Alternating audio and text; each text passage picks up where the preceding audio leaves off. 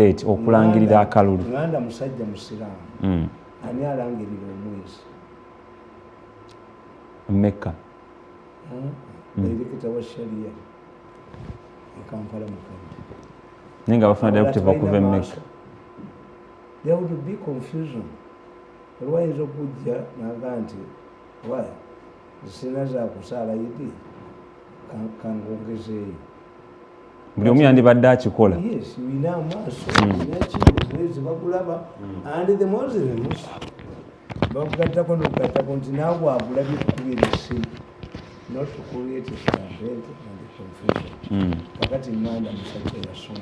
Nze Tamale awono tugenda tuukawo katono nnyo ku different political parties abazze neyo enkola. Naye njagala tukubire torch ku njawulo eri Kaluka na Kabbiri abiri mu gumu. Nti ekibalimu okutegeera.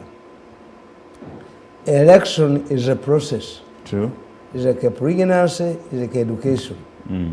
Yonna bwegenda kufulumya ebigezo omwana we abadde tasoma. Kakati bikukikolebwa kitya? Abataweerera abaana bateekayo requirements mu musooka ku ssomero. It's a process. Pregnancy. Mukazi we tomutwalangako ku antenatal clinic, tomutwalangako ki ng'ovuma abasawo. Kakati election is a process. The problem in Uganda, we don't have politicians. What do we have? Opportunists. Opportunists. Opportunists. Kozesa abantu nga maddaala kufuna bye baagala. A politician. Wow. There are two types of politicians or political opponents. One is an itching opponent. An itching opponent starts elections the day the earlier one is declared. Atandikirawo okukola. Akudda ku ground. Okay. Yero bakalangirira. That is an itching opponent. Raila Odinga tabakiriza kwebaka. We don't have an itching opponent in Uganda. Ever active. Tebaliwo. These are assignment politicians who just come as scavengers to reap where they never planted. Okay. That's one. Two, what type of political parties do we have? We also have assignment political parties which emerge during elections opportunistically. Nitubeerayo, when you look at NRM, revolutionary political parties zirina ebintu ng'ebyo. One, they don't involve in the politicking all the time. That's why balabanga lutalo. Whenever you have elections, Museveni goes back to Luwero to launch his war. A revolutionary party does not engage in the politicking. Buli tugera mukalu adde Luwero, he launches a war oba addayo kubabuuzaako. Hawone ekintu ky'abantu beebuuza. Sokole katono nnyo. Abantu beebuuza nti President Museveni naddala bwe yaddayo Luwero, yaddayo Uganda. Yalazeeyo kwebaza. Yagamba this is a war. Revolutionary political parties don't engage in the politics all of the time. They consider it as a war. During yegotulaba abeeruweero bajja ne balwana. Bwe baamala okulwana ne bagamba nti abaagala amagye muliwa. Many people who fought on the Luwero did not want to join the army. Both they were, you had to be recruited into the army. Tewamu bawandiika n'ojja. Waliwo eyali embeera eyamuyingiza amagye nga tagaagala. Second World War. Many of our fathers went back. The Okeros remained in the army. Bo baali bagaagala. Maybe no kubali kulutinga bava mu magye. Kakati the Revolutionary Political Party yo kyekola okulonda bwe kuggwa National Task Force bagijjawo negenda ng'etubbye ne ssente zaffe n'edduka leediyo tezisasula naki. Ekomawo ng'emyaka 5 giyiseewo. Ng'abantu are we going to use ye again? Secretariat bonna basirika. Yes. Okay. Kakati ate eno active political party yebeerawo. Ng'ekola ki? You can have by-elections. Kyobola BNRM bagiwangula mu by-election. Kubanga after the elections, dismantling ebintu byayo byonna. Negenda utaluwedde. Kakati mwabadde ku task force muddeyo gye mwava. Nze Tamale kuno muddeyo gye mwava. Elections. Andi nkubulya nti very big point. You have a democracy which should need politicians, but you don't have politicians. So do we have democracy? A politician is who gets his money survival by doing political work. Politics comes from a Greek word, politicking. You must be active all the time. What made it dirty? Politics Politics is a dirty game. Politics is a dirty game depending on the dirtiness of a particular country. Because we have scientific elections and crude rigging, scientific rigging and crude rigging. Kakati where you don't have tiabana tibasoni mukazi wote wamututte ku antenatal clinic, what comes next? Onenya basomesa? Apana. Ogenda kunonya wetunonyeza abasomesa ng'abaana bonna baagudde. Wetunonyeza abasawo nti eddwaliro tuliddemu tukuba abasawo ng'abakazi bafuddewo 10 abazaala. If the doctors can explain ti ono yalwayo, they blame you, you take the blame yourself. True. Kakati ekyokubiri tiba politicians ba wano tebatunuulira kati tubalina tebatunuulira ti is a process. Tikakati electoral commission teyina defense. But look, Bannayuganda babasomesa nga bolaba omwana atasoma bitabo n'amanya nti bajja kumubbira. Tabothering. That it doesn't put in anything. No. Kakati bo bano bajja ne baliducinga buli kintu to money. They don't bother. Nja kukwata ssente ngula obululu. Politics n'afuuka obwakabaasa. Kati tebasoma. Tebaddayo ku ground. Tebaddayo tebakola ki? Olowooza kuno tebikyuse. Every war produces its genos. Labayo muzeyitama kuno olowooza tebikyuse. Waliwo generation gyemanyi nti eri desperate for change. Ku luno babakubyemu torch. For the last 7 years I've been engaged in war. Nabano ba mafia abajooza abavubuka abajooga abantu. Baali tebanemeddwawo. 6 years ngoli mu Yes, because I'm an activist. Kakati bo bano opportunist abalowoleza mu ssente ye mwana alowoleza mu kumubbira ebigezo tasoma. Nti look, how do we plan elections? Elections in 1980 Obote yabawangula nga n'akalulu tekannaba. Why? Etteeka ly'ebyokulonda lyakolebwanga Muwanga yaliwo. Muwanga n'alonda akakiiko k'ebyokulonda naye nga tekali vetted by anybody. Tekali. Ne bateekamu etteeka mu election ti interparty committee. Interparty committee, it had no binding resolutions. It was just kutuula butuuzi mwogere. None of the resolutions in 1980 that came from the interparty committee tebyakolebwako. Muwanga goes ahead n'ateekawo kye tuyita gerrymandering. Apache North, Apache East, Apache West, Apache North. Ewaabwe gye banaafuna obululu. 17 UPC MPs went through unopposed.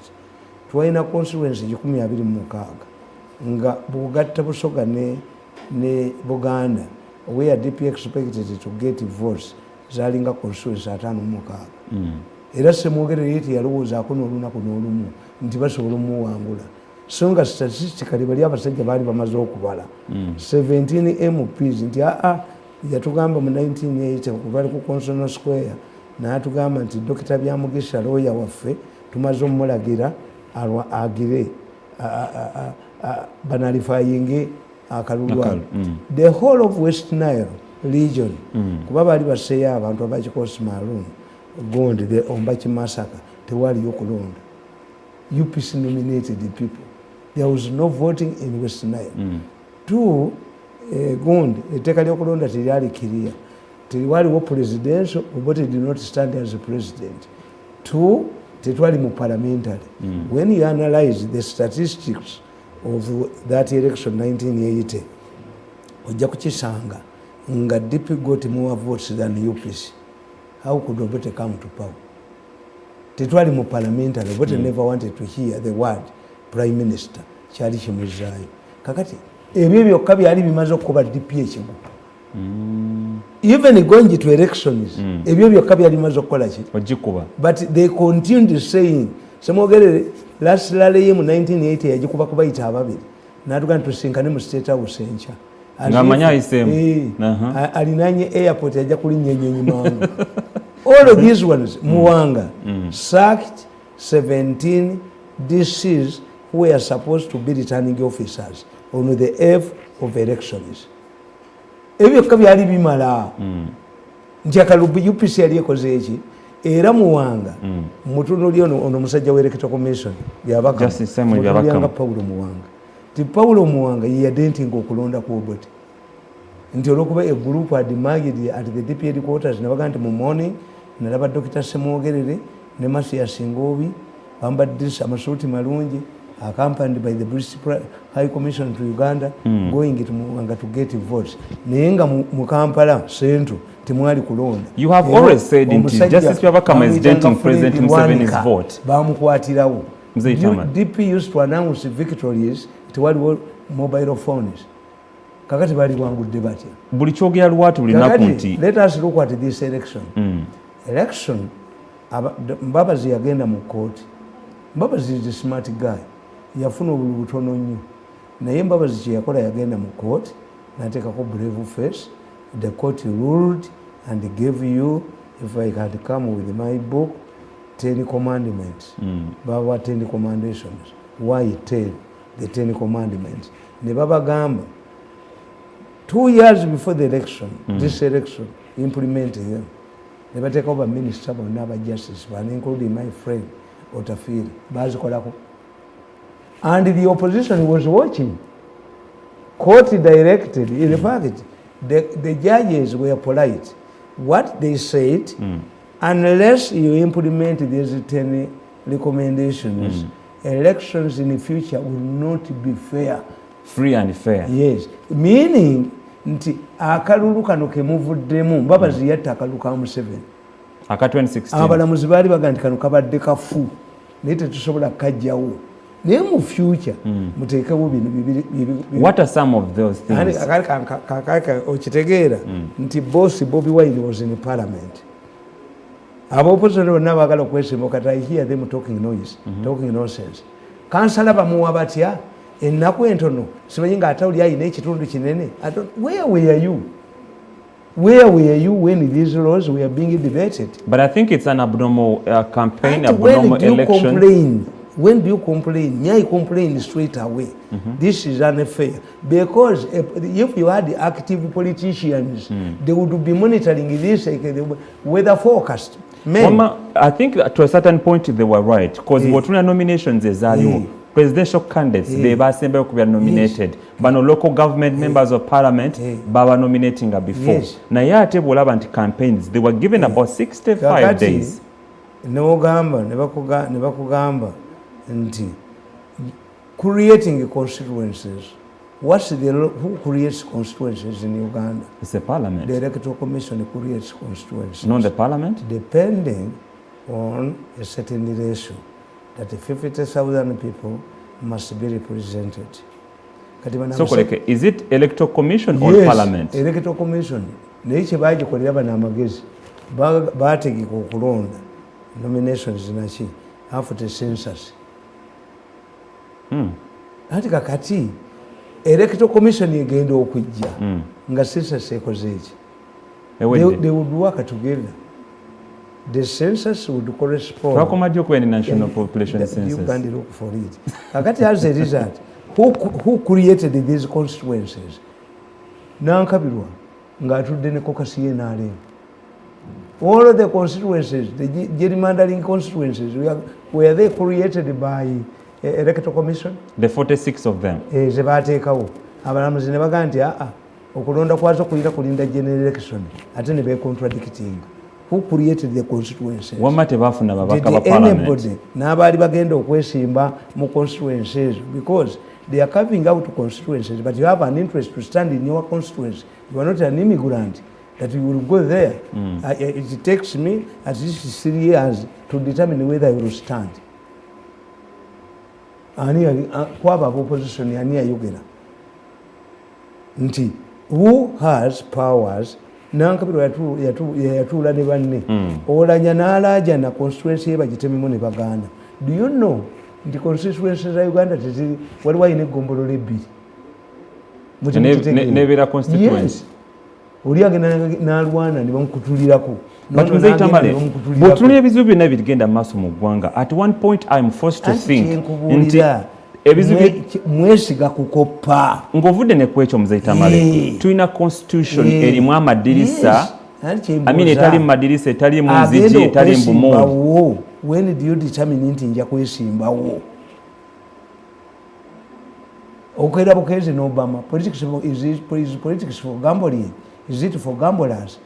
Politics is not for gamblers. Anti byayinoone kati afuuka politics obwakabaasa. Kakati you're telling me government batugamba political power is influence and advantage.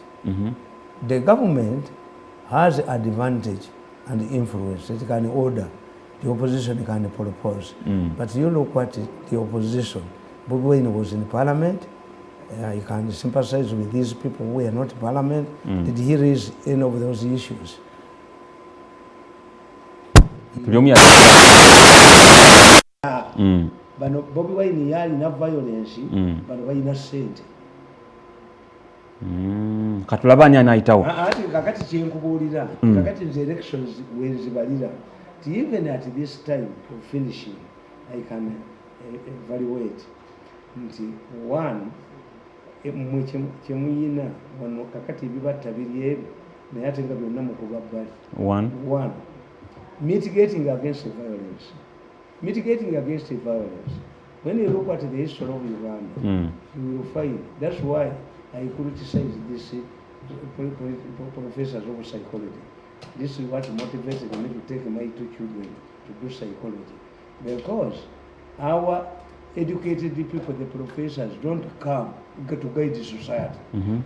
A professor of psychology, yali badde yatunuulira dda history ya Uganda n'atubuulira when do you have a violent election, what creates violence in the Ugandan society.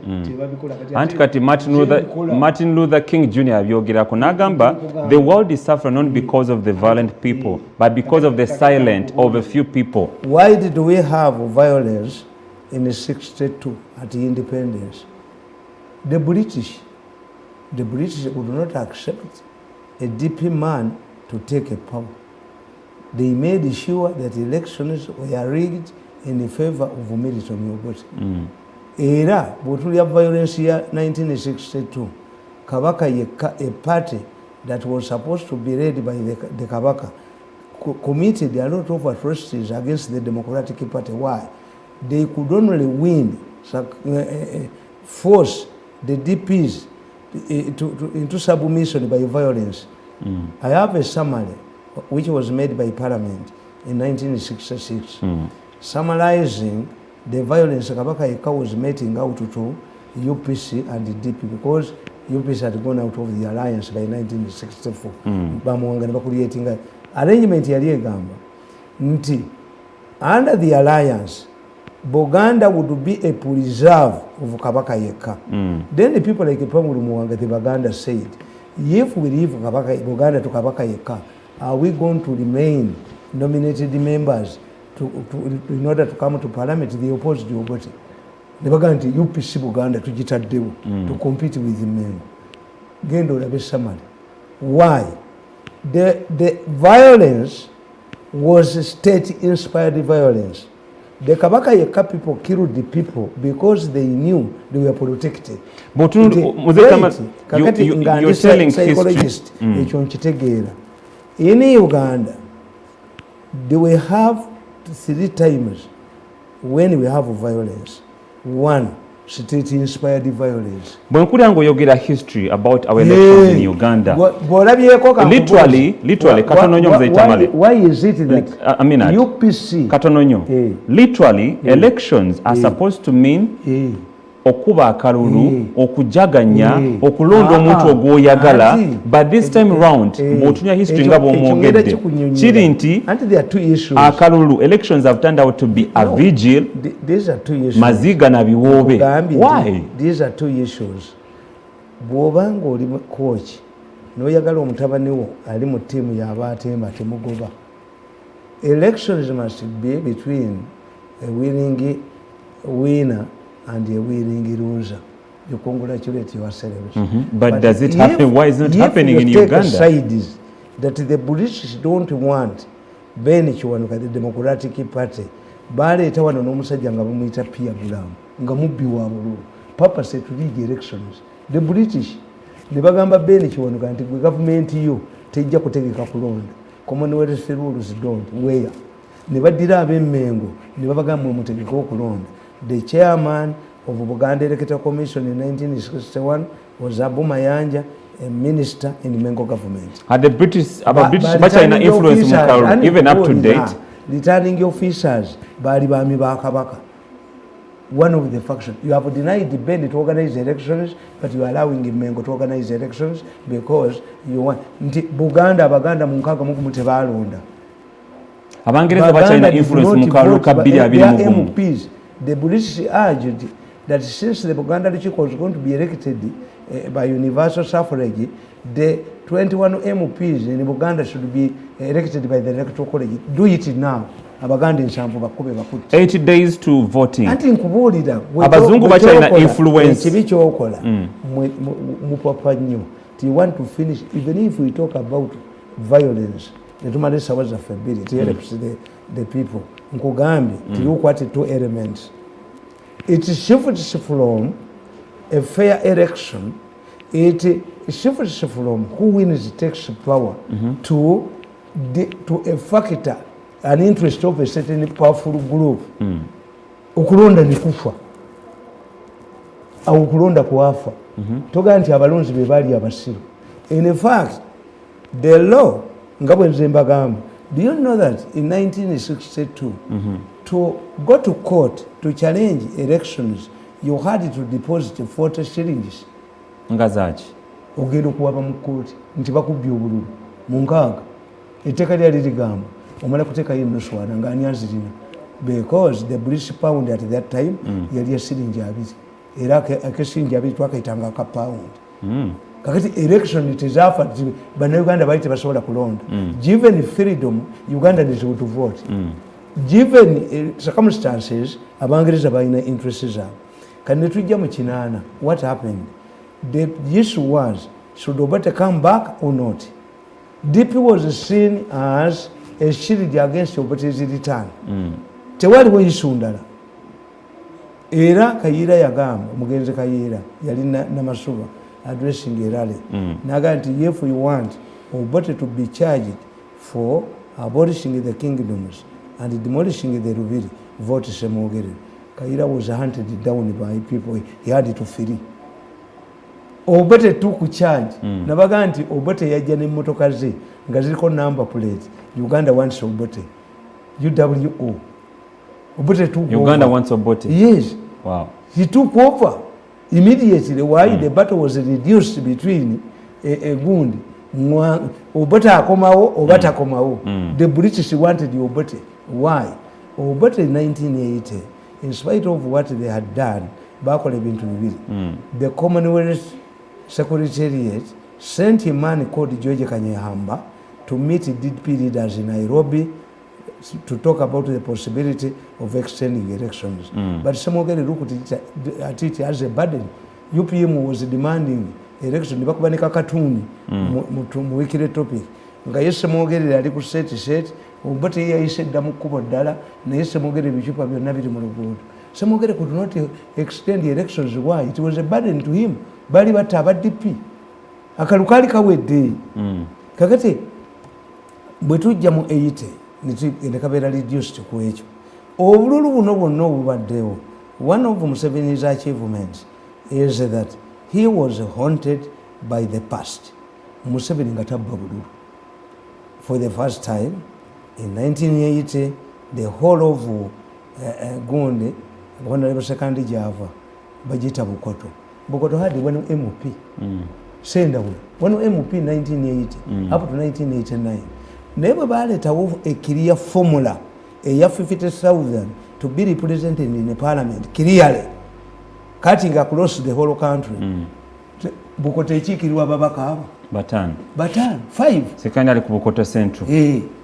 5. This cut across. Why? NRM wanted democracy at that time. It wanted democracy. You're one of the people who have been in the Ugandan making. Njagala your honest truth. Is Uganda democratic? Yes. Like it assumes. But you see, even democracy, why? The problem is either we win or they lose. Whereas Bafani's Bamungereza, Bakole Fujo, or whatever Fujo nga Britain Yakubido, Twin Express one. Whatever Kong Express at Bama in Yakalefita Jibi. Iran's in Bademba Gamba, Mirakoyam 7 years. As best the complaints that has been rigged out, the Ngandas who have won parliamentary seats go to parliament. Tumwa Dalogalo with the whole of villages about celebrating. Let me tell you, Ugandans don't mind about the presidency.